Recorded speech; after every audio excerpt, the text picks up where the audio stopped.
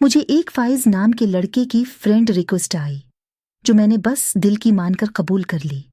इससे मेरी थोड़ी बहुत हीलो हाय हुई और फिर ये सिलसिला लंबा चल निकला। अब हम दोनों सारा दिन और सारी रात बातें करते थे। घर पर कोई होता तो था नहीं जो मुझे मना करता, इसलिए मैं सारा दिन लगी रहती। बस जब अबा आते और रात को सब साथ बैठते, सिर्फ इस वक्त हमारी बातें कुछ देर के लिए रखती थीं, वरना ये सिलसिला मुसलसल रहता।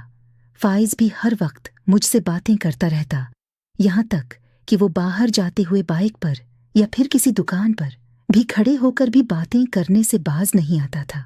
मुझे उसकी यही बात पसंद थी कि वह मुझसे एक लम्हा भी दूर नहीं रह सकता था। और अब तो हम लोगों में तस्वीर का तबादला भी होने लगा था। मैं खुश थी क्योंकि वो हर वक्त मेरी तारीफें करता रहता था और दिन में कम उस कम 15 दफ़ा मुझे तस्वीर भेजने का कहता। मैं बड़ी हैरान थी, लेकिन वो कहता कि मुझे देखे बना उसका गुजारा नहीं होता। मुझे भी वो बहुत प्यार अलगता था। वो भी छोटा सा था, इसकी उम्र मुझसे 4-5 साल ही ज्यादा थी। मैं 13 साल की थी और वो 18 का था। हम लोग आपस में अपनी आने वाली जिंदगी के कई प्लान बनाते थे। ऐसे ही दिन गुजरते जा रहे थे कि फाइज ने कहा कि हमें अब शादी करनी चाहिए।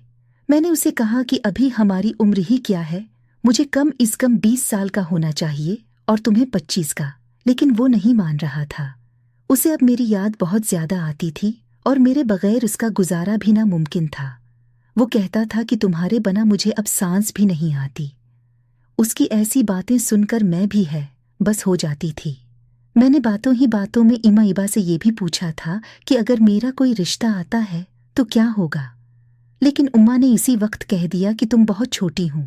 बड़े ताया भी मेरा रिश्ता अपने घर करना चाहते थे, लेकिन अबा ने साफ मना कर दिया क्योंकि उन्हें मैं बहुत छोटी लगती थी।